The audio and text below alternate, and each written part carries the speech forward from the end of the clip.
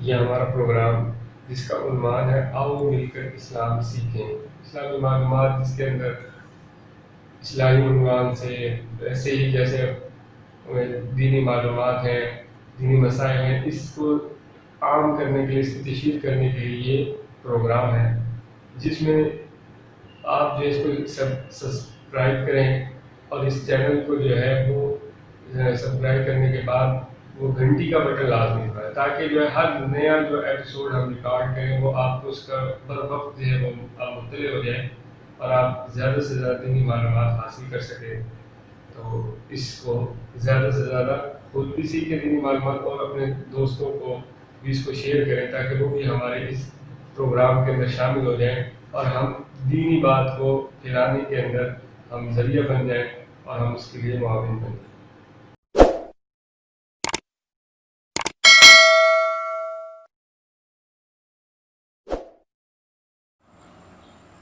نحمده ونصلي على رسوله الكريم، اما بعد، فاعوذ بالله من الشيطان الرجيم، بسم الله الرحمن الرحيم۔ اللهم صل على سيدنا محمد وعلى آل سيدنا محمد وبارك وسلم۔ اللهم صل على سيدنا محمد وعلى آل سيدنا محمد وبارك وسلم۔ قربانی کے عنوان سے کافی حد تک مسائل بیان کیے جا چکے ہیں، کچھ مسائل مزید باقی ہیں، وہ بیان کرتے ہیں۔ ایام قربانی تو کل بیان کیے تھے۔ وقت قربانی کیا ہے؟ قربانی کا وقت وہ مقامات جہاں پر جمعہ کی نماز اور عید کی نماز ہوتی ہے، وہاں پر تو قربانی کا وقت عید کی نماز کے بعد ہے، اور جہاں دیہاتوں کے اندر جمعہ کی نماز مشروع نہیں، جمعہ کی نماز وہاں جائز نہیں بنتی آبادی کی کمی کی وجہ سے، عید کی نماز وہاں جائز نہیں بنتی آبادی کی کمی کی وجہ سے، وہاں پر صبح صادق کے ساتھ ہی وہ قربانی کرنا جائز ہے، لیکن بہتر اور افضل یہ ہے سورج طلوع ہو جائے اس کے بعد قربانی کی جائے، کیونکہ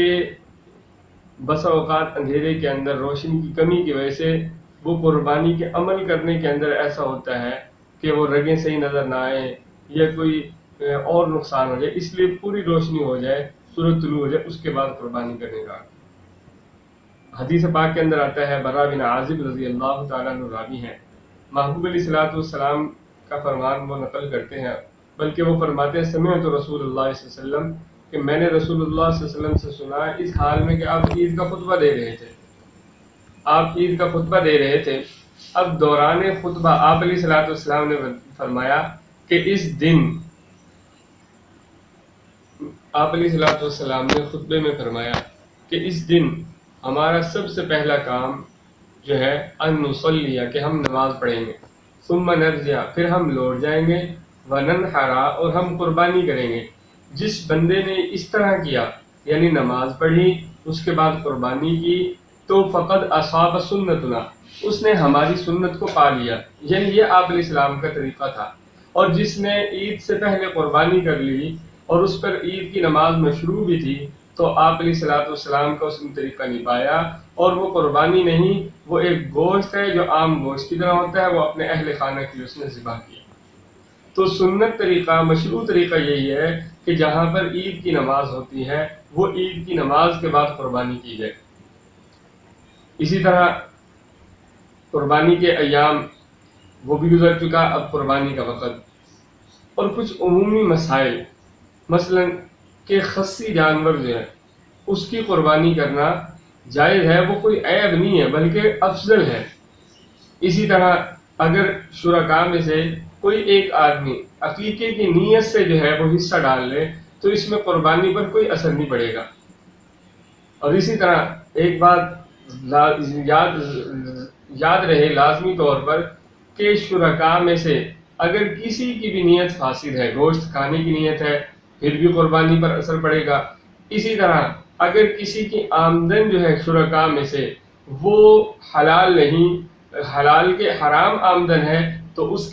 کی وجہ سے بھی دوسرے شرکاء پر اثر پڑے گا۔ اسی طرح اگر شرکاء میں سے کسی کا عقیدہ فاسد ہے، بدعقیدہ آدمی ہے اس کی وجہ سے بھی شرکاء پر اثر پڑے گا۔ اب وہ اعمال کے جو جانور کے اندر دیکھنے ہیں، ہم آج کل منڈیوں کے اندر جاتے ہیں قربانی کا جانور دیکھنے کے لیے، اب وہ عمر بسا اوقات دانت دیکھتے ہیں۔ دانت دیکھنا ایک علامت ہے کہ اس سے بندے کو یقین کامل ہو جاتا ہے کہ اس کی عمر پوری ہے۔ اگر گھر کا پلا ہوا ہے اور وہ پتہ بھی ہے اس کو کہ یہ بھیڑ یا بکرا جو ہے اس کی 1 سال عمر پوری ہے، اور اسی طرح بڑا جانور ہے گائے یا بھینس وغیرہ، اس کی 2 سال عمر پوری ہے، تو جب عمر پوری ہو تو پھر جو ہے وہ اس چیز کی یعنی دانتوں کا دیکھنے کو لازمی نہیں۔ بسا اوقات اس طرح ہوتا ہے کہ جانور کے دانت خراب ہیں، اگر وہ دانت اتنے خراب ہیں کہ وہ چارہ نہیں کھا سکتا تو یہ جانور عیب والا ہے، اب اس جانور کی قربانی جائز نہیں، کیونکہ عیب دار چیز کی جو عیب اس جانور کے اندر آ جائے قربانی والی ہے تو اس کی قربانی جائز نہیں ہوتی۔ اسی طرح لنگڑا جانور ہے کہ وہ اتنا لنگڑا کر چلتا ہے کہ مذبح خانے تک جہاں اس کو ذبح کیا جانا ہے وہ وہاں تک بھی نہیں جا سکتا تو اس کی قربانی جائز نہیں۔ اگر وہ سہارا اس پاؤں سے لگا کر چل سکتا ہے تو پھر قربانی جائز ہے۔ اسی طرح آنکھوں سے اس کو کم نظر آتا ہے، اور اتنا کم نظر آتا ہے کہ 1/3 سے بھی کم نظر آتا ہے تو اس کی قربانی بھی جائز ہے۔ اگر اس سے کم نظر آتا ہے یعنی کچھ نہ کچھ اس کو نظر آ رہا ہے تو پھر اس کی قربانی جائز ہے۔ اسی طرح اگر کان جو ہے وہ اس کا جو زیادہ کٹا ہوا ہے تو اس کی قربانی جائز نہیں، دم جو ہے وہ زیادہ کٹی ہوئی ہے اس کی قربانی جائز نہیں۔ 3 حصے اگر اس پہ کریں تو 1/3 ہو تو جائز ہے، اگر 2/3 یعنی 1/3 سے زیادہ ہو یا 2/3 ہو تو پھر کان کٹا ہوا، دم کٹا ہوا، ایسے جانور کی قربانی جائز نہیں۔ اسی طرح پیدائشی طور پر اس کا سینگ نہیں، یا سینگ جو ہے وہ لڑائی کی وجہ سے یا کہیں ٹکر مارنے کی وجہ سے سینگ بالکل جڑ سے اکھڑ گیا تو اس کی بھی قربانی جائز نہیں۔ تو عیب والے جانور کی قربانی اللہ رب العزت کے ہاں جائز نہیں ہے، لیکن قربانی کے اندر ہمیں اس بات کو مد نظر رکھنا چاہیے کہ جانور جو قربانی کے لیے لیا ہے وہ زیادہ اس میں اسراف بھی نہ کیا گیا ہو اور نہ زیادہ اس میں بخل والا کام کیا ہو، بلکہ متوسط صحت مند جانور اللہ کے راستے کے اندر قربان کرے۔ کیوں کہ اللہ رب العزت کو اسراف بھی پسند نہیں ہے اور اللہ رب العزت کو جو ہے بخل بھی پسند نہیں ہے، تو دونوں سے بچ کر اعتدال میں رہ کر قربانی کی جائے۔ اب اس کے بعد گوشت جب جانور کو ذبح کرنا ہے اس وقت بھی مستحب یہ ہے کہ چھری کو پہلے سے تیز کر لیا جائے، اور چھری کو تیز کرنا جانور کے سامنے مکروہ ہے، اور چھری اس طرح تیز ہو کہ تاکہ جو ہے جانور کو تکلیف نہ ہو۔ ابھی محبوب علیہ السلام کے احادیث کے اندر آتا ہے کہ جانور کو ذبح کرتے وقت شریعت محمدی کے اندر اتنا خیال رکھے کہ جانور کو ذبح کرتے وقت چھری تیز ہو۔ تو جب ایک جانور کا محبوب علیہ السلام اتنا خیال رکھتے ہیں تو آپ علیہ السلام کی شریعت کے اندر، آپ علیہ السلام کی ملت کے اندر انسانیت کی کتنی جو ہے وہ فکر ہوگی، اس کی جان کی کتنی فکر ہوگی۔ اس بات کا اندازہ آپ اس حدیث سے لگا سکتے ہیں کہ محبوب علیہ السلام نے جو ہے قرآن مجید کے اندر اللہ رب العزت ارشاد فرماتے ہیں وَمَنْ أَحْيَاهَا فَكَأَنَّمَا أَحْيَا النَّاسَ جَمِيعًا، اور فرمایا فَكَأَنَّمَا قَتَلَ النَّاسَ جَمِيعًا، جس نے ایک نفس کو ضائع کیا گویا کہ پوری انسانیت کو اس نے ضائع کیا، پوری انسانیت کو قتل کیا، اور جس نے ایک نفس کی جان بچائی اس نے پوری انسانیت کی جان بچائی، کیونکہ اللہ رب العزت کو اس کائنات کے اندر یہ انسان بڑا قیمتی ہے، بڑا عزیز ہے، اور اس کی بڑی جو ہے اللہ رب العزت کی کہ ہاں اس کی بہت بڑی قدر ہے۔ تو آپ علیہ السلام نے فرمایا جب جانور کو ذبح کیا جائے تو چھری تیز کر لی جائے، پھر ذبح کرتے وقت جو ہے جب اس کو لٹا لیا جائے قبلہ رخ اس کو کیا جائے، قبلہ رخ کرنے کے بعد اس کو بڑے احتیاط کے ساتھ اس چھری چلا کر اس کی رگوں کو کاٹا جائے، اور بس زیادہ مبالغہ بھی نہیں کرنا کہ گردن ہی اڑا دیں، تو اس طرح کرنے سے اس قصائی کا عمل جو ہے مکروہ ہو جائے گا۔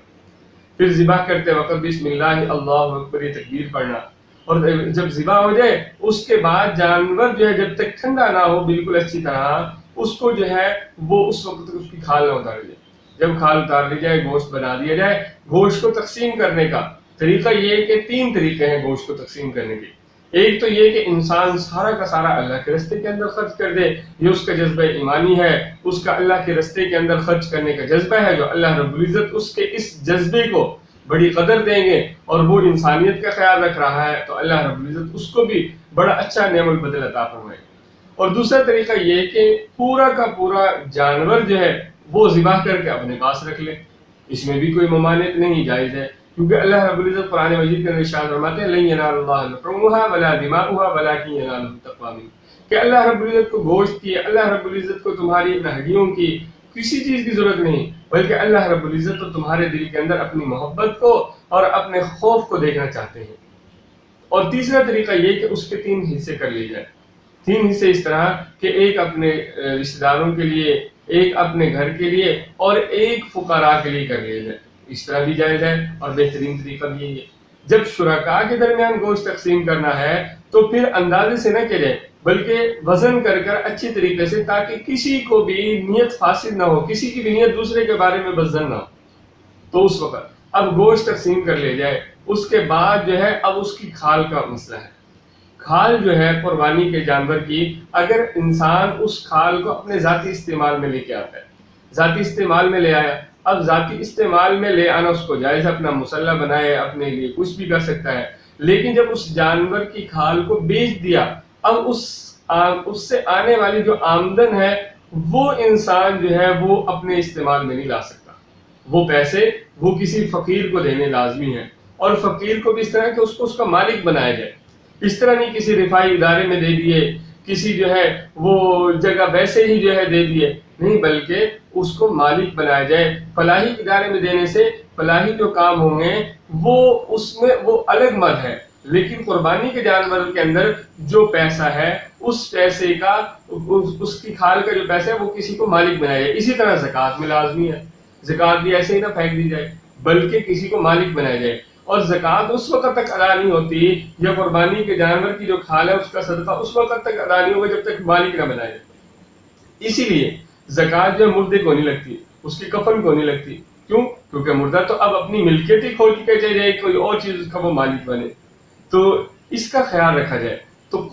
بلکہ کوشش یہ کی جائے کہ مدارس دینیہ میں دی جائے، جامعات میں دی جائے، وہاں دینے کا ڈبل فائدہ ہے۔ ایک تو یہ کہ وہاں مسافر، فقیر، طلباء جو پڑھتے ہیں ان کے اوپر خرچ ہوگی، دوسرا قرآن والے طالب علم ہیں، محبوب علیہ السلام کی احادیث پڑھنے والے طالب علم ہیں، تو قرآن کی اشاعت کے اندر، احادیث کی اشاعت کے اندر وہ پیسہ خرچ ہوگا۔ جس بچے نے ایک لقمہ کھا کر وہ ایک آیت یاد کی اور وہ آیت جب تک پڑھتا رہا، دہراتا رہا، سکھاتا رہا، تو اس 1 روپے ایک لقمہ دینے والے کو اس کا اجر ملتا رہے گا۔ اور اسی طرح قربانی کی کھال کے جو پیسے ہیں یا زکوٰۃ کے پیسے وہ مساجد کے اندر بھی نہیں لگتے، کیونکہ مسجد وَأَنَّ الْمَسَاجِدَ لِلَّهِ، کہ مسجدیں اللہ رب العزت کے لیے ہیں، اور مسجد کسی کی ملکیت نہیں ہے۔ جب مسجد کسی کی ملکیت نہیں تو مسجد کے اوپر زکوٰۃ کا پیسہ یا قربانی کی کھال کا پیسہ نہیں لگ سکتا، کیونکہ اس کے اندر شرط یہ ہے زکوٰۃ کے اندر اور قربانی کی کھال کے سے جو آنے والی آمدن ہے کہ اس میں جس کو بھی دیا جائے اس کو مالک بنایا جائے۔ تو بہتر طریقہ یہ ہے۔ اسی طرح آج کل جانور خریدتے ہیں، اب جانور کے خریدنے کے بعد اس کے اندر بعض چیزوں کو لازمی کہ اس کی جو جل ہے یا اس کے اوپر جو نمائش کے لیے کچھ چیزیں لگا دیتے ہیں، ان کی جو قیمت ہے اس کو صدقہ کیا جائے، اور اسی طرح کوئی ایسی چیز نہ لگائی جائے جس سے جو ہے محبوب علیہ السلام نے منع فرمایا۔ مثلا گھنٹی، آپ علیہ السلام کو گھنٹی کی آواز بالکل پسند نہیں تھی، ساز وغیرہ۔ اسی طرح جو ہے پاؤں کے اندر کوئی اس طرح کی چیز ڈال دینا کہ جس سے اس کی چھنکار کی آواز آئے، اور اسی طرح اس جانور کا بھی خیال رکھا جائے، اس کی خوراک کا خیال رکھا جائے، کیونکہ حدیث پاک کے اندر آتا ہے کہ ایک عورت نے ایک جانور پالا ہوا تھا اور وہ اس کی صحیح معنوں کے اندر خدمت نہ کی، بلکہ جانوروں کے اندر بھی بدترین جانور کتا پالا ہوا تھا اس نے، اور اس کی صحیح کفالت نہ کی، اللہ رب العزت نے اس نیک اور عابدہ عورت کو جہنم میں ڈال دیا۔ اور ایک فاسقہ، فاجرہ، زانیہ عورت تھی، اس نے ایک انسانیت میں سے بلی کو پانی پلایا، اللہ رب العزت نے اس کو جو ہے وہ جنت عطا فرما دی۔ تو اللہ رب العزت کو جہاں انسان اچھا لگتا ہے وہاں یہ جتنی مخلوقات ہیں سب اللہ کی پیدا کی چیزیں ہیں، تو جب جانور قربانی کا اگر وقت سے پہلے لے آئے تو اس کی صحیح خدمت کی جائے، جب اس کے ساتھ مانوسیت ہو جائے، اس جانور کو ذبح کرنے کے اندر زیادہ اجر ہے۔ اور مستحب بھی ہے کہ آپ پہلے جانور گھر کے اندر پال لیں، اور اس کو جب آپ ذبح کریں گے تو جب آپ کے دل کے اوپر اس کو ذبح کرتے ہوئے جو بیتے گی اور دل کے اندر جو افسردگی ہوگی، یہ اللہ رب العزت کو پسندیدہ ہے۔ تو اس لیے مستحب یہ کہ جانور کا خیال رکھا جائے، اس سے مانوسیت اختیار کی جائے، اور اس کی خوراک کے اندر، اس کے جو ہے پانی پلانے کے اندر، چارہ ڈالنے کا بالکل اہتمام کیا جائے۔ تو جانور کے بارے میں جو ہے محبوب علیہ السلام کو ایک اونٹ آیا آپ علیہ السلام کے پاس، اور اس نے آ کر شکایت کی یا رسول اللہ میرا مالک مجھ سے کام زیادہ لیتا ہے لیکن مجھے چارہ کم ڈالتا. آپ علیہ السلام نے اس کو منع فرمایا کہ اس طرح نہ کرو بلکہ ان کا بھی خیال رکھو. تو اس لیے ان مواقع کے اوپر جانور خریدیں تو اس کے چارے کا اور اس کو ایسی جگہ پر کھڑا کریں جہاں جو ہے وہ انسانوں کو تکلیف نہ ہو, گزرنے والوں کو, آنے جانے والوں کو, کہ اس کے لیے اچھی جگہ کا انتظام کیا جائے. تو یہ مسائل تھے, مزید بھی مسائل جو ہے وہ آپ کے سامنے ڈسکس ہوں گے آگے ایام تشریق کے اعتبار سے, عید کے دن کے اعتبار سے مزید مسائل جو ہے وہ اگلے ایپیسوڈ کے اندر جو ہے بیان کیے جائیں گے. وآخر دعوانا الحمدللہ رب العالمین.